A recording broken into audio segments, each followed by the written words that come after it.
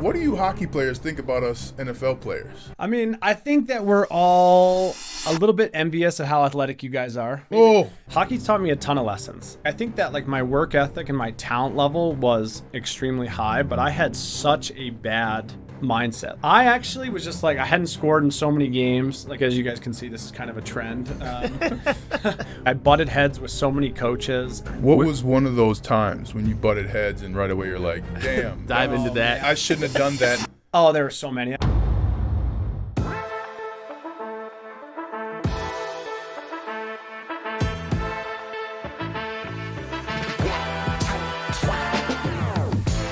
Ladies and gentlemen, welcome back to Gridiron and Growth, the podcast that takes you in the mind of sports and business champions. And we are honored to have former NHL player of 9 years in his career and now current superstar agent for Wasserman in the field of hockey players. Please welcome Drew Shore. Thanks for having me on, guys. Great to have you. Let's just open this up. What do you hockey players think about us NFL players? I mean, I think that we're all a little bit envious of how athletic you guys are. Okay, Like, thank I you. think that a lot of hockey guys are pretty one sport dimensional. And Yeah. as we were discussing before this pod, what you guys are able to do on a Sunday is pretty remarkable. And we love to watch it. And it's cool to see what you guys can do. You guys are envious of us. You skate, and I can't even see the puck when I'm watching a hockey game. I mean, the athleticism, what it takes to be a hockey player, why would you be envious of us? I don't know any football players that have ever played hockey. Yeah, but I say this all the time. Like, hockey guys, some of them are good at golf, but other than that, they can't play too many sports. And we were joking about, I'm actually one of the better hockey basketball players, if you can believe that. All So you right. can tell the talent level isn't very high when it comes to crossing sports. Talk a little bit about your journey. So you obviously make it to the NHL, but talk a little bit about the journey leading up to that. What was it like in terms of when did you know you were getting really good?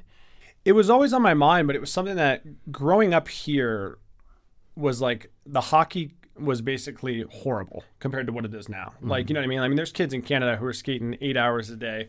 I don't know how to compare it to you guys, but I think it would be like playing like high school football in Colorado versus like Texas or Florida or California different, or something. It's just Minnesota. like a whole, it's just like a whole different level. So I actually left home when I was 13 years old, went and lived with another family in Canada and then Michigan before coming back and going to DU. But it was something that like I was just obsessed with from the time I was like 7 or 8 years old, and kind of saw that, you know what I mean? People, it was very hard to kind of make the NHL from here, and just wanted to put myself in kind of the best possible situation to give myself a chance. What are the biggest lessons that hockey has taught you?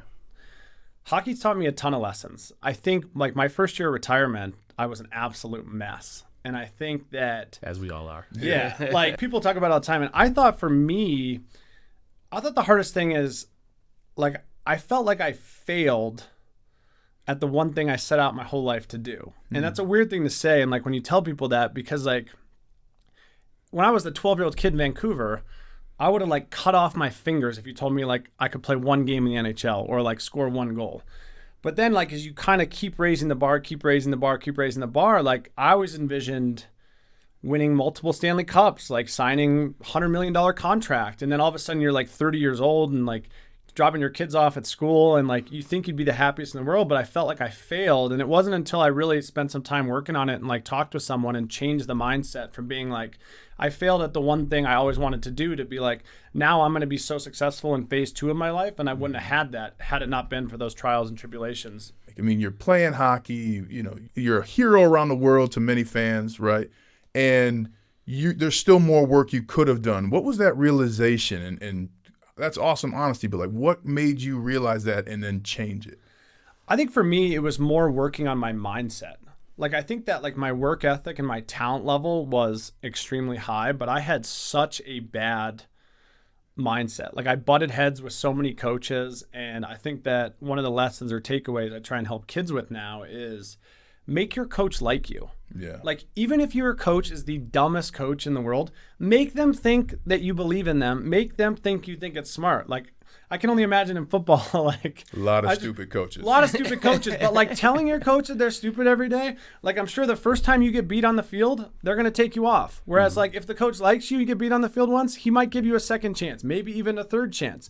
That's just such a valuable lesson, even in like business now. I mean, I was talking about it to someone the other day. It's like, make your boss love you. You know what I mean? Even if you don't love your boss, having your boss love you is going to do you so many benefits, and I think that that's something that I really took away from my career and wish I could have handled better. What was one of those times when you butted heads and right away you're like, damn. Damn. Dive into that. I shouldn't have done that now.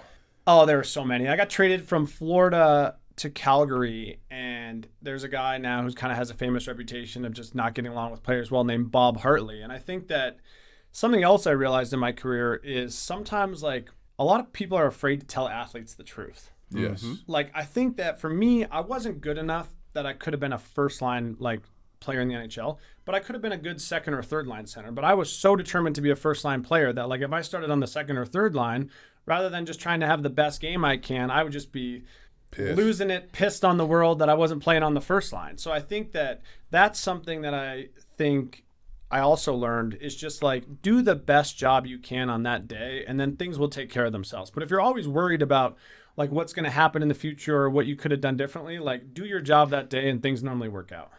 I want to stay a couple questions in hockey. How the hell do you guys know when you're getting on the ice? Because it looks like the hockey coaches are the calmest coaches. They're just like, yep, and then three guys jump off the bench, and they're like, yep, and three. Like, what are those conversations like on the bench there? So there's a lot that goes into that. The team who has home ice advantage, they always get to go last.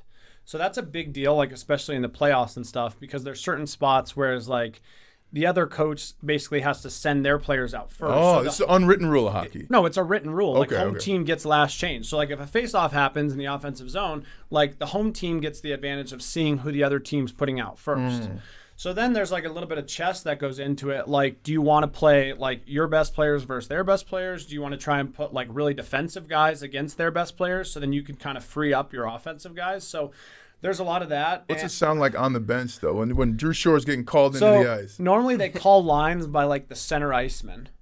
Like, so, like, every line has left wing on offense, left wing, center, right wing. So, like, the center iceman. And so, basically, like, they'll kind of, when one line's up, the coach will be like, Shorzy, your line's up next. So you kind of know. And then when your center iceman comes, you jump. He goes, yep. He goes, yeah. And then it's really funny when you do jump, and then they send their best players out, and you get called right back. That's like a that's like a standard thing that happened to me a lot. Or like other guys, oh yeah. So you're like, get back. Oh, you're all ready to go, and it's like change, and then you're just back on the bench and hanging out for a while. Oh yeah. And then have you ever tripped?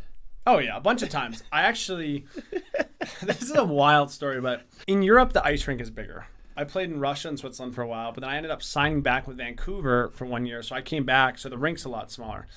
So my first time back in Vancouver after I was playing in Europe, I was sitting there for warm-ups. We're back in the NHL, music's bumping, life's good again. And I opened up, like almost like pivoted as the winger and ran into the boards and fell during my first warm-ups back. You fall on ice. Oh, yeah, back in warm-ups. And I just remember being like, oh, man, I should have known it was going to be a tough start right after that happened. But no, it's just something to laugh about. And then what explains the difference in intensity with playoff hockey? Yeah, I'm biased, but like I love playoff hockey. It's the best sport. And I think like the competitive nature that comes up, like in football, I'm sure like a cornerback and a receiver get into it a little bit during the game. But if they had to go against each other every play for 7 like days in a row, it's like it almost creates like an all-out war. And literally like teams go through and it's just like you almost go through their roster. Like you almost have like an hour and a half, 2-hour meeting before the series, go through all their players. And it's like literally you go from everything to like you almost have a guy on the other team that you're just like, okay, like I'm going to outplay this guy, whatever it takes. Biggest enforcer that on another team that was just like, all right, I got to watch out for this guy. So when I started coming into the league, teams like the game was still much tougher. Like every team had like 2 or 3 like legitimately like heavyweight tough guys where they've kind of gotten away from that a lot. Like now there's probably 5 or 7 in the league. But like when I was first started, like there were some guys who were like scary tough still. And I actually, my last fight, I actually got beat up so bad that like, this is like 10 years ago now, like there's some like hockey fight site that like replays it as fight of the month, like every March or April. So it's funny now, it's 11 years later and I'll get all these texts on this day when they'll release like the biggest beat up of March. And it's just me just getting my face pounded in. What did you do to piss this guy off? I actually was just like, I hadn't scored in so many games. Like, as you guys can see, this is kind of a trend. Wanted to be a goal scorer, didn't score enough, not a good recipe. And I actually just asked him to fight. And literally, I wasn't having a bad game. And the punch count was probably actually like 35-1. Wait, you said you asked him to fight. Yeah. What does that sound like? Well, nothing. Like, so it's like we were both skating back, like off a change, and kind of ran into each other. And he kind of pushed me, and then I cross-checked him back, and then I actually asked him to fight. And at first, like, he almost like did a double take because he didn't think I was serious. I think going into that fight, he had like 15 on the year. I didn't have one fight, and I told him I was serious. And then he punched me 35 times in the face. I don't think I got close once, and that was the end of it. I think that in all the sports, I think losing a hockey fight has to be the most embarrassing because it's like everybody's watching. This is a fist fight. What are the teammates of the player who lose a fight? What do they say when you get back to the bench? I think it depends on the situation. Like, I think that, like, sometimes, like, if a guy gets, like, cheap shotted and, like, you step in and fight, like, no matter what happens in the fight, like, guys don't care. Like, guys are, like, if you're, like, sticking up for a teammate, even if you get – now, I wasn't really sticking up for a teammate. I was just playing bad in a bad mood. So that was, like, a little bit of a different scenario. But I think that's, like, one of the cool things that, like, if a guy does get cheap shotted and, like, a guy steps in, especially someone who's, like, normally tougher than them, that you kind of gain a lot of respect from your teammates doing that. What are 3 of the things that you help new players with in terms of understanding they're a professional now? I'd say 3 things. One is the grass isn't always greener. I think that that's something that, like, a lot of guys in all sports, I can't speak for football, but, like, you think, like, okay, well, if I was on this team, maybe I'd be getting maybe 10 catches a game versus 1 catch a game. So I think a lot of guys now, especially these kids, as soon as they see adversity, like, the common theme is like, all right, get me out of here. Like trade me. And it's like, okay, well, first of all, teams aren't lining up to trade for average players. That's something that, like, because I said that a lot during my career. It's like, unless, like, okay, it's like if teams wanted you, they'd all be begging down the door and you'd be out of there anyway. So I think that not always thinking the grass is greener. I think that people who are able to just have a little more, like, sense of even keel. Like I said, I was always on top of the world or I was retiring the next day. And you emotionally just drain yourself out so much that day. But guys who are able to play, at least in hockey, for 20 years, like, they have a great game, they have a bad game, they're kind of the same. It's kind of roll with the punches, like, back to work the next day. So I think that, like, not wasting energy on, like, burning unnecessary energy is something that the athletes do. And then I'd go back to that coaching thing. Like, my brother, who had a longer career, like, played in LA when they had so many superstars, like, his role was a lot of it, like, just being a good locker room guy.